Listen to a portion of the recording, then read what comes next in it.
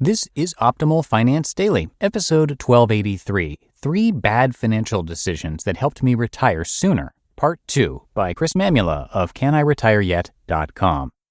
And I'm your host and narrator. My name is Dan, and I'm here every single day reading to you from some of the best personal finance blogs on the planet. And today is a part 2 of 2. It's a continuation from yesterday, so if you're new here, it would be best to listen to yesterday's episode first. That's Saturday, episode 1282. But if you did that already, let's move along to part 2 of Chris's post as we optimize your life. 3 Bad Financial Decisions That Helped Me Retire Sooner, Part 2, by Chris Mamula of caniretireyet.com. Why it worked for us. We as a couple, and my wife in particular, have more difficulty spending money from savings and investments than from a paycheck. Paying off our mortgage quickly eliminated our biggest monthly expense. Analyzing our current expenses reveals that our 3 biggest expenses are food, outdoor adventure, like gear, ski passes, etc., and charitable giving. We spend roughly the same amount on each of these categories. Our next biggest expenses, medical insurance premiums and property taxes, are a fraction of the others. We could substantially reduce our food spending and completely eliminate our other 2 big expenses, at least temporarily, if we needed to. We could not eliminate a mortgage or rent payment. Having minimal monthly liabilities gave us courage to take more risks and take them sooner than we otherwise would have. Being mortgage-free first benefited us after the birth of our daughter. My wife decided she didn't want to return to full-time work. Having low monthly expenses gave her the courage to cut back to working part-time. A few years later, it gave her the courage to take her current job as the 7th employee at what was then a startup company. It was a lateral move with less job security. This was strictly a lifestyle decision to do stimulating work with a flexible schedule and the opportunity to work remotely. Having low monthly expenses along with the financial ease with which we handled her transitions gave me more courage to leave my job sooner. Mathematically, we would have been better off with a bigger portfolio which we could draw down to pay a mortgage or rent payment. But it would have been psychologically harder for us to make these lifestyle decisions if we had a large fixed obligation each month. For that reason, eliminating our mortgage was a good decision for us, even if it was a bad financial decision.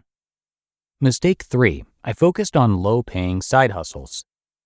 In my forthcoming book, Choose FI, Your Blueprint to Financial Independence, we focus on the relationship between your savings rate and the time it takes to achieve financial independence.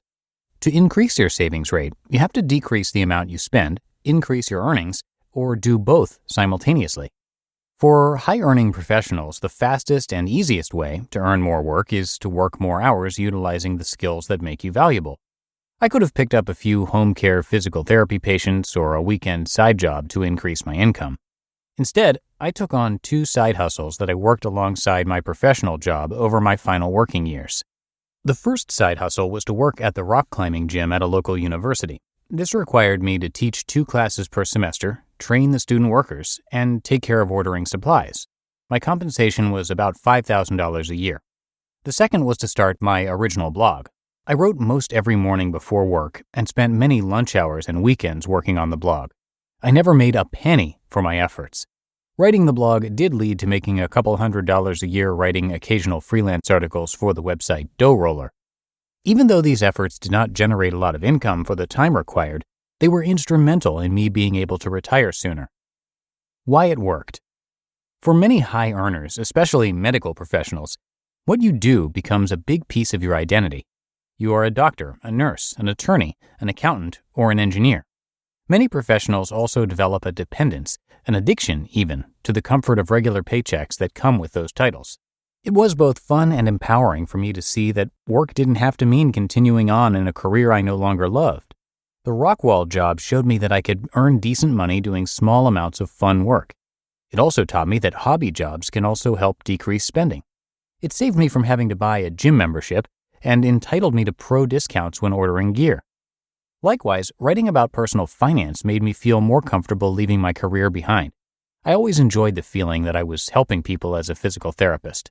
Writing enabled me to serve others in a different way, fulfilling that core need. Seeing my writing published in major publications also gave me a feeling of credibility and a new sense of identity.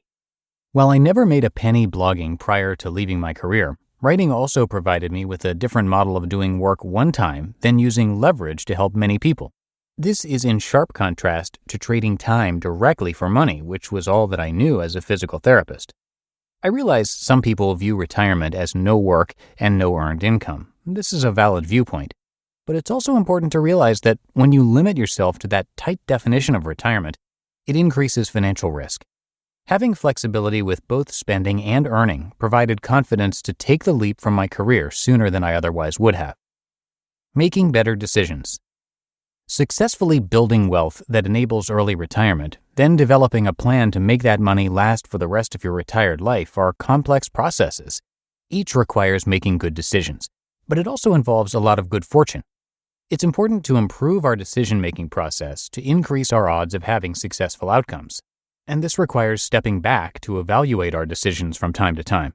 We can control the things we can control, but we also need to acknowledge the many things we can't control or even predict.